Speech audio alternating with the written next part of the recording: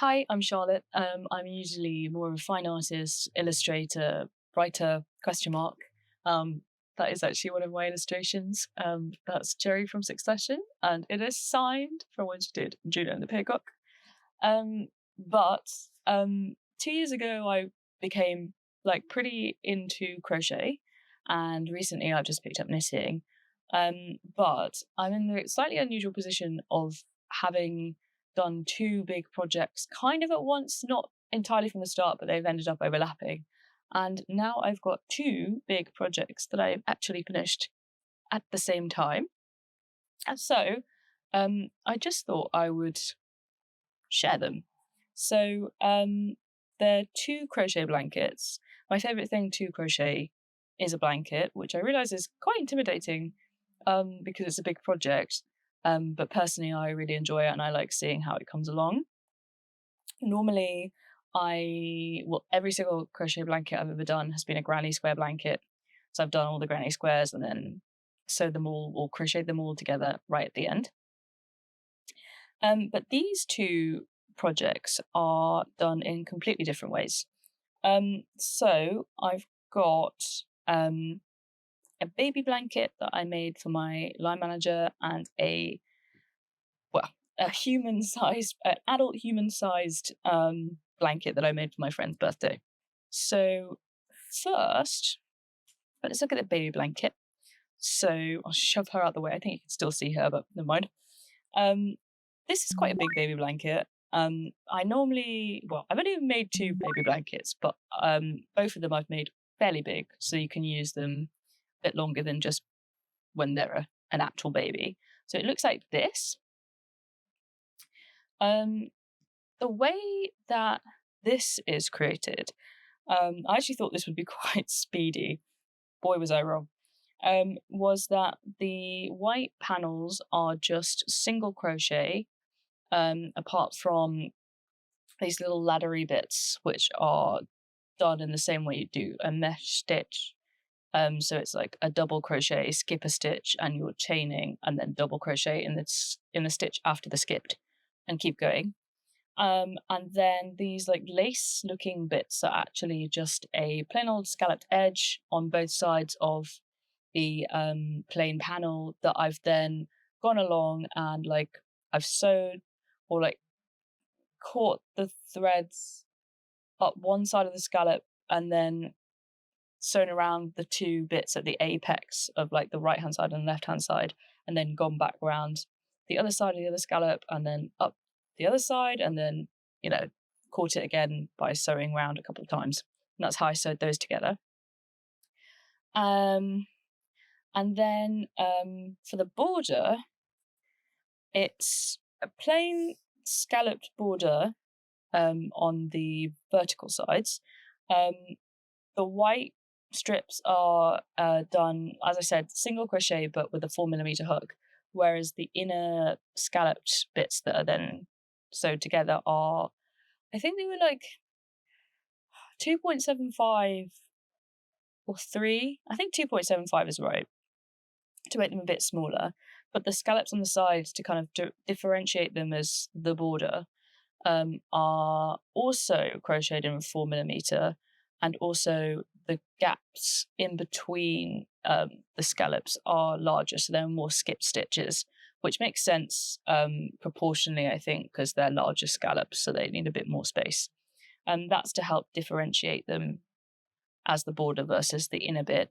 One of the most exciting bits for me are the scallops at the top.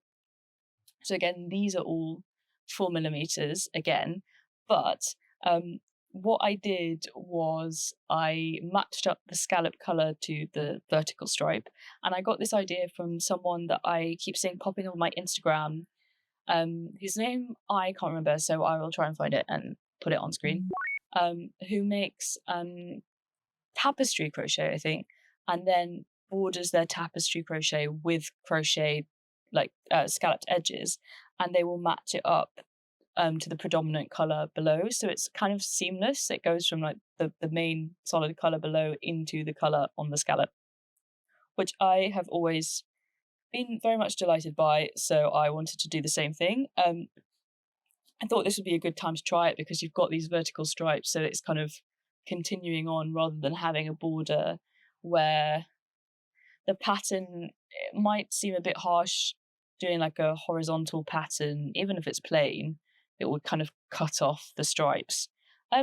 Which I think, it would be fine if you wanted to do that, but I just thought it would be nice this is a nice opportunity to try that seamless look. So that's what I did there. And then I feel, I joked that I was somewhat tricked into embroidery because I saw the pattern for this blanket, fell in love with the beautiful flowers, and somehow in my brain didn't quite twig that these very delicate looking stems were not crochet. So the stems are embroidery. I like embroidery, but it's one of the ones I find, like, out of the fibre arts that I do, I think I'm less thrilled by embroidery. I think I'm just not a natural sewist, and it does involve a lot of weaving and tying off when you're changing colours. Because that's what I did here, because you can still see these on the back, obviously, because I haven't covered them, the way that I've made it neater instead of like carrying on the thread and having like long joining bits. To avoid that, I did snip every time I finished one stem, so it would be kind of clean in between, which meant, as you'll know, whenever you change colours in crochet, you've got 2 more ends to weave in. That meant for every single stem, there were 2 colours to weave in, and then on top of that, the flower head's a different colour, so there were 2 ends to weave in for that. And the flower heads, they are crocheted, so they have this kind of 3D look to them. They're, I suppose, like a puff stitch. They are, I think, 5 to 6 treble crochets. I can't remember exactly. And then you take your hook out of it once you've done the last one, put it in the start, like the top of the first one, and then back through the last one and put it all through, and then crochet it to the actual border. So that's how that's done. I really love how this turned out. Like, I'm quite reluctant to let it go. And I will be making a me-sized version. So, which will be the first crochet blanket I've ever made myself. Every single blanket I've made, I've given away. So I've been looking for one for me, and I think this might be it. Although I might have to wait a while because this did end up being a lot more tedious than I thought it was going to be. So I think I need a bit of a break. But yeah, it was based off a vintage Afghan crochet pattern that I found on Etsy.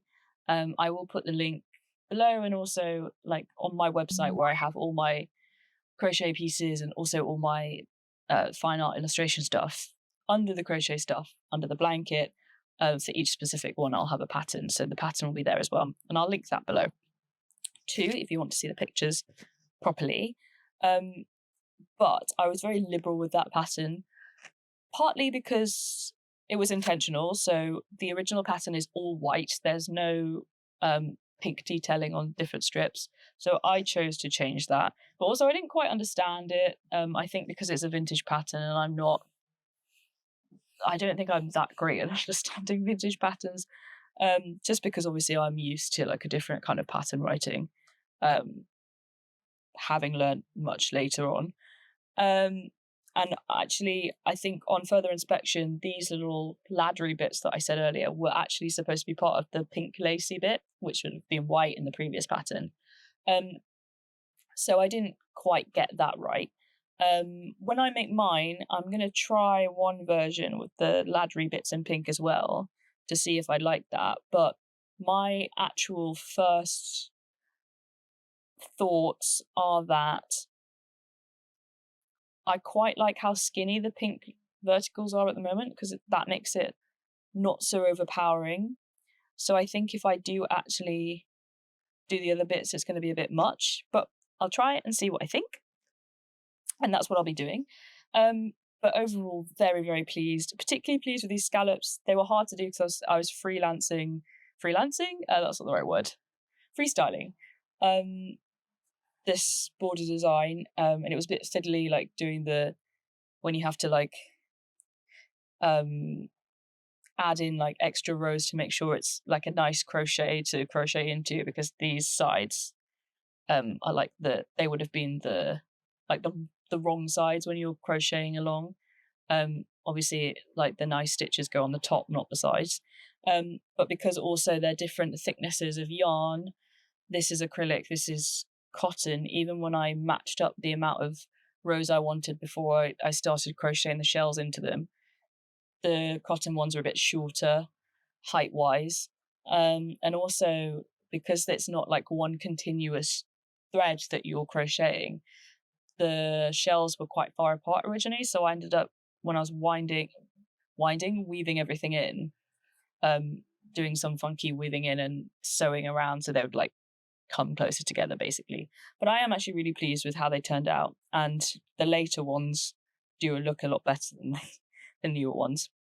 The other thing that I really like about this is that despite the fact that acrylic yarn, I think, especially with the single crochet, can come out quite, the fabric it makes can be quite bulky and heavy. Despite that, I think because we're doing like fairly narrow strips, plus we have the extra crochet bits as well, with even thinner strips, it allows the overall fabric of the blanket to have a lot more flexibility than, say, like a standard completely single crochet acrylic blanket would have. So in that sense, I think that's worked out really nicely as well, and that's something I didn't even think about. So I'm really, really pleased with this one.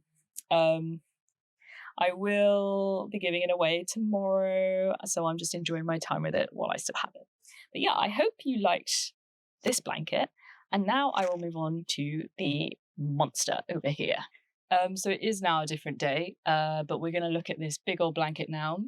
Baby blanket has gone. They love it. I'm very happy. The baby looks very cute. But now, as I said, we're going to talk about this beautiful monster of a blanket. This is now going away tomorrow for my friend's birthday. This is going to be very hard to show, so this is where B-roll clips that I've done are hopefully going to be helpful. So this is huge. I guess in a way it's almost like a gigantic granny square, because you do just keep doing rows and it keeps getting bigger and bigger. And again, this is another style of crochet blanket that I've not done before. But honestly, it was so much fun. So I was already kind of in a sort of hyperfixate state of mind, and I had like things in my head that meant that I just wanted to like crochet it away. So part of how quickly, I think relatively quickly I got this done, I think it was about 2.5 months, maybe 3 at a stretch, was due to just like, I'm going to just crochet all night long. The other part is that obviously the bit in the middle is smaller, so that stuff goes faster, those rounds go faster. So especially at the start, you get to an end of the round and you're just like, oh, just another one. And then you end up doing another round and it grows fairly quickly. I do have pictures of it at different stages. They're not the best pictures in the world, so I don't know whether I'll put them in or not. But you can see how quickly it grows there. It starts off as more of a circle and then slowly it becomes a square. So again, I will put pattern information on my website about this, but the seller sells it on Etsy in, I think, a PDF where it's all together. You've got it in one place, you print it out, very convenient if you're on the go. Although this obviously gets quite difficult to do on the go as you get bigger and bigger. Although I was sewing in the ends when it was fully done on a tube, but I like had it compact in a bag and was just weaving away with it within the bag. But yeah, so she has a PDF version that you can pay for. If you don't mind seeing some ads and like going page by page, she also has it up for free on her website. And that's also very helpful because for each round that she does a video. So if you ever get stuck, because I think the instructions are pretty good. Sometimes there are bits that I struggled with, particularly because I haven't done that particular kind of stitch before, which I can talk about in a minute. So when I was getting a bit stuck, those videos were really helpful. So I suppose on bits that I was getting kind of stuck on, um, they're my favorite. Well, some of my favorite bits. So I'm really glad to have been learning new things. So one of the things that I really like, that I did get stuck on at first, were these kind of. So there are these straight lines that you're obviously seeing. Well, not obviously. These are actually like the top of the chain, so where you'd see the V stitches, rather than normally when you're crocheting and you're just like doing more and more stitches, you'll see the side of the stitch, more obvious with larger stitches like double and triple crochet. So for example, like here, you're seeing the posts, rather than the top of the stitch. Here you're seeing the top of the stitch, and it also gives it a kind of 3D effect. The way this was achieved was by just doing single crochet, chain, skip stitch, single crochet, chain. And then for the next rows, you'd be crocheting in the back behind that row, in the skip stitch. And you'd also have that on the other side in the previous row, which kind of forces the row of stitches to kind of turn so the V stitches are facing you. So I thought that was great fun, and I do love like just seeing how 3D it is. It's worked particularly well with this dark purple yarn that I've used, because this is actually more of a chunkier yarn. So that's one of my favorite things. There are so many things that I love in this pattern. Another bit is these sections. So there are a couple things that I love here. One is that I really like, so for the fanning out bit here, when you get to the top 2 rows, you're alternating between front post and back post double crochet, which means that some get raised and some kind of go behind. And I think that's really cool, because here you can see there's a kind of gradient going on from the colours that I've chosen, which, obviously I chose the colours that I wanted deliberately. My friend likes purple, so I was going for a purpley palette. But, you choose colours A, B, C, D. You don't necessarily know how that's going to pan out throughout the whole pattern, like when is A going to be next to B, when's A going to be next to C, etc., unless you go through the whole thing before, which would be very hard because I think there's like 96 rounds or something. So it's somewhat random how it's going to end up. But here I was quite lucky that it's ended up in that the lightest one is in the middle, and then you fade to a darker colour. And I think by having alternating front post and back post double crochets, it's almost like softened that gradient, so it looks more like a gradient rather than band of colour, band of colour, band of colour. So that was, an accident that I think has turned out really cool. And I think this gradient looks particularly good in this fanned out kind of scallop. And I do really like how the scallop extends as well in size as well as colour. So that is probably my favourite part about the pattern. The other bit that I really like are these tiny little scallops that are on the outside of the big scallop. What I really like are these tiny little bits here, which I think are half double crochets, and I just think they just look really cute and really neat. And they show up particularly well because they're against such a dark colour that contrasts this light pink. And that is one thing I'd say when choosing colours. The main colour is colour A.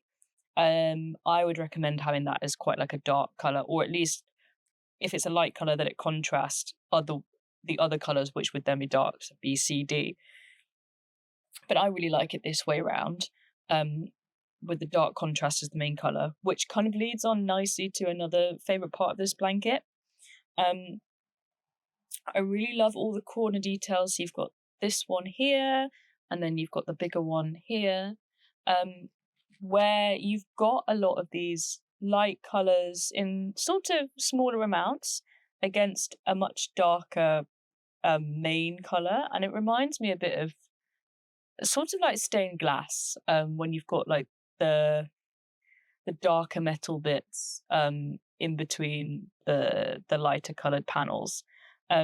So yeah, that's another favourite for me. Another favourite, which is surprising to me, is my renewed love of the humble single crochet. I think single crochet looks so satisfying and really nice, actually. Um, and you've heard the joke where a new crocheter starts crocheting and immediately wants to do a single crochet blanket, and everyone's like, haha, they don't know how long it's going to take. But actually, I found, and maybe this is just relative to other parts of this blanket, where you're doing patterns that are not necessarily difficult, but they're kind of time consuming. So I'm thinking particularly when you've got quite a lot of puff stitches, because that'll be 5 double crochets, and every single time you've got to take your hook out, and every single time you've got to put the hook back through the 2 loops, pull through, and then go on to the next one. Or bits where, because you're doing quite a lot of things. So like here, I think this looks like cluster triple crochet chains, cluster triple crochet chains, cluster triple crochet chain, cluster triple crochet chain, single crochet, single crochet, single crochet, and you're switching stitches quite a lot. That does become quite time consuming. Whereas when you're doing, when I was doing single crochet rows, I got really excited because it was just single crochet, single crochet, single crochet. I mean, for the most part, there are areas like here, and in between the scallops where you've got quite a lot of double crochet and even triple, maybe, no, probably not triple, but half double crochets going on in order to straighten out so it becomes a straight line. There are those bits, but whenever I was doing a row of majority single crochet, I was quite happy because I seemed to fly by those quite quickly and was always very surprised when I ended up at the start of the round again. I just found it very satisfying as well, and I didn't have to concentrate as much. I mean, I still had to count my stitches to make sure I was, doing the right stitches, but I didn't have to think about switching stitches, so I could sort of zone out a bit more. But yeah, I think single crochets just look really pretty and really satisfying. So, maybe I will be doing a single crochet blanket sometime in the future. So I've already talked about the gradients, single crochets, these 3D bits. What else do I love? I love so many things about this blanket. I guess another interesting one is actually the back. You kind of get a better idea of behind the scenes mechanics of it, and it's quite satisfying. And you're like, yes, actually, I did do all these very complicated things. But also, when you do a crochet stitch, particularly the bigger ones like double crochet, triple crochet, you can really tell the difference between the front and the back. The back will kind of be like wavy almost, and I actually think that is really satisfying, and especially when you see them within other shapes as well. I think it adds really interesting textural element when you've got like this wavy stitch in a cool shape. But my favourite bit on the back is so on this side, it looks kind of plain actually. It's just back double crochets around a 2 double crochet cluster, and then a normal double crochet, then a back post double crochet, then a normal double crochet. So it's cool in the same way as I was talking about in the gradients, in terms of it kind of pushes one forward and one backwards, and it's kind of alternating. It gives extra depth. But I think it looks even cooler on the back because you've got a back post. You get a kind of horizontal line, and then because you've got a regular double crochet, you've also got vertical. So you get this cool pattern of horizontal, vertical, horizontal, vertical. So that is just another thing that I find really interesting about this blanket.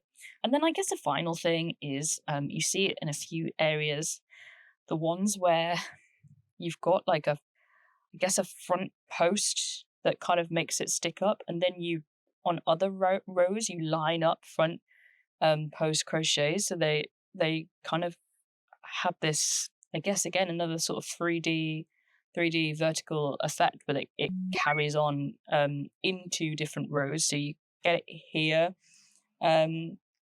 There's also some in the middle of clusters where it'll do it around the cluster, and then you'll have like regular ones in between, so it really brings up the ones around the cluster again and raises it and give it more depth. I think there are some where they like go into different colours. Yeah, so you've got one here where it's light purple and then you've got dark purple. And I just think, oh yeah, again, it's pretty in terms of changing up the depth and the texture, and I just think it's interesting. I clearly love this blanket. There is one thing that I don't love. So, I don't hate it, but I just don't love it. Like I said, I chose my colours deliberately knowing that they would look good together. But like I said, you can't always plan ahead in terms of which colours will be directly next to each other in each round unless you look forward. So I guess if you're trying to plan it overall, it's quite hard to look through rows 1 to 96. But I guess the way around it is to pick your colours and then look ahead like a couple of rows and see which colours are going to end up next to each other. And if you don't like it, just swap it out. So basically, I like all these colours together, but I think the light pink, the dark pink, and the light purple don't have enough contrast between them. So I think they're kind of okay when they're in a big group here with all the colours. Where I really don't like it is when the light purple, particularly the puff stitches, are against the light pink or the dark pink. I just don't think there's enough contrast there. I think given that these puff stitches here and here seem to be quite like stark's probably the wrong word, it seems a bit too negative, but like prominent parts of the pattern, I would have preferred if these were dark purple. To the point where when I first did the middle bit, I was like, oh God, I hate it. I'm going to swap out a colour, but I persisted and I think altogether it looks great. And then I thought, you know what, I'll get some chunky dark purple beads and I'll sew them on those light purple puff stitches. I think it would have looked good. My reservation though was that if someone wanted to sit on it or accidentally sat on it, it wouldn't be very comfortable. So that's why I didn't do it. But I think maybe that's something to explore in the future, because I think I'll probably also make one of these for myself in the future, but with greens as the prominent colour. So yeah, that's the only thing that I don't absolutely love. But otherwise, this was such a fun project to do. I learned so much. You know, like a lot of projects I've been doing recently, it's not necessarily that I'm learning brand new stitches.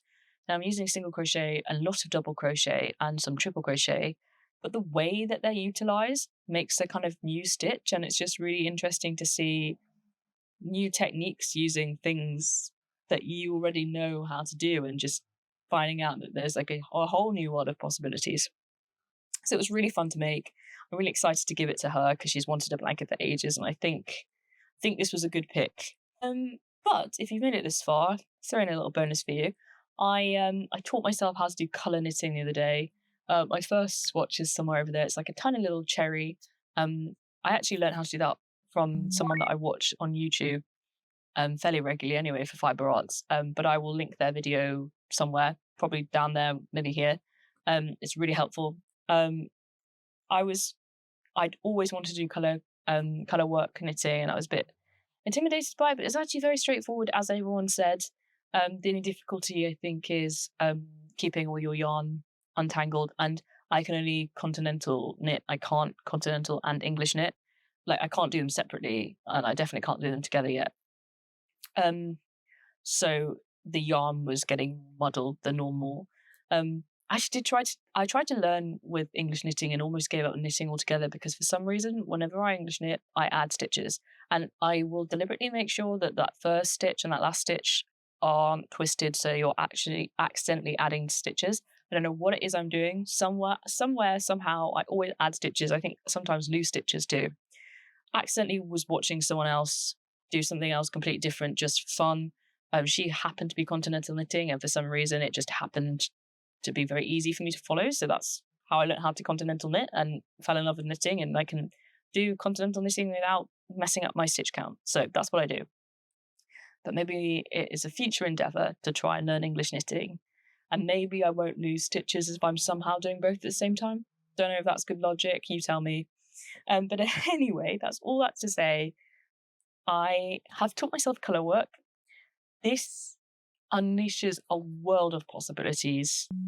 I'm very excited about all the things I can do now, because essentially I can make my own patterns. Because, you know, my first love in art is painting, illustration, drawing, etc.